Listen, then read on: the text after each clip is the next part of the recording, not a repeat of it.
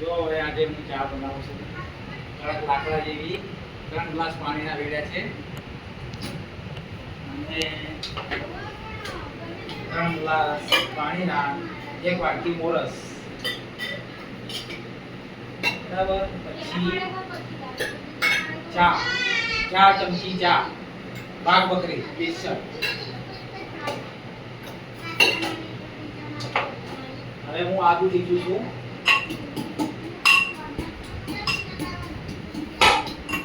ये बताओ आदू क्या बताओ.